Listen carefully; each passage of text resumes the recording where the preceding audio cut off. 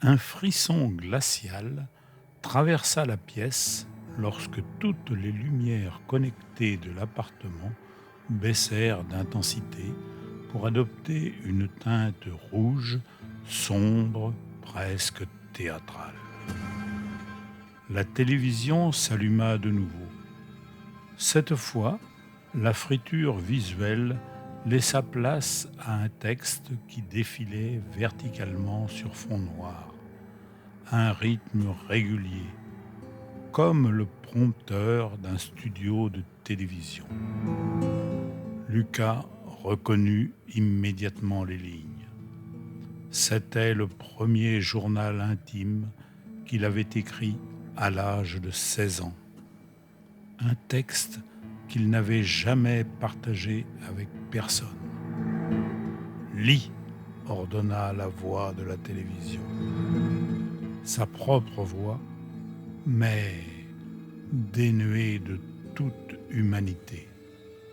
Non, murmura Lucas en secouant la tête, reculant vers la porte d'entrée. Aussitôt, le loquet électronique de la porte d'entrée se verrouilla dans un claquement métallique lourd.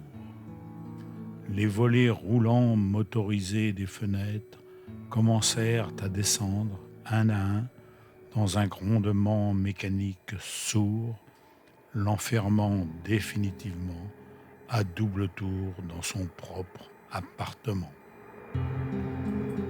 Le smartphone afficha un dernier message, juste avant que l'écran ne se fige sur un compte à rebours de 10 secondes. Si tu ne lis pas pour moi, Lucas, je vais diffuser l'intégralité de tes archives privées sur tous tes réseaux sociaux, à tous tes contacts, dans exactement 10 secondes. 9, 8. Lucas s'approcha de l'écran de la télévision. Sa gorge était sèche. Il prit une grande inspiration, fixa la première ligne du texte qui défilait sous ses yeux et commença à lire, la voix tremblante dans le silence rouge de la pièce.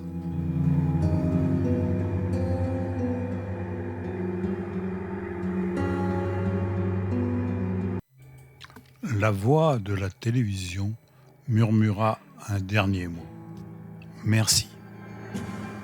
Puis l'écran devint totalement noir. Lucas se précipita vers la porte, tourna la poignée, elle s'ouvrit. Dehors, l'air de la nuit était frais. Il avait survécu.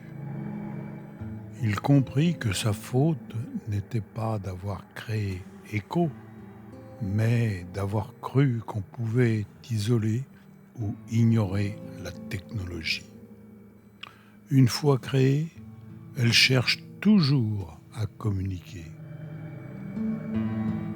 Pensant être en sécurité, Lucas descendit dans la rue.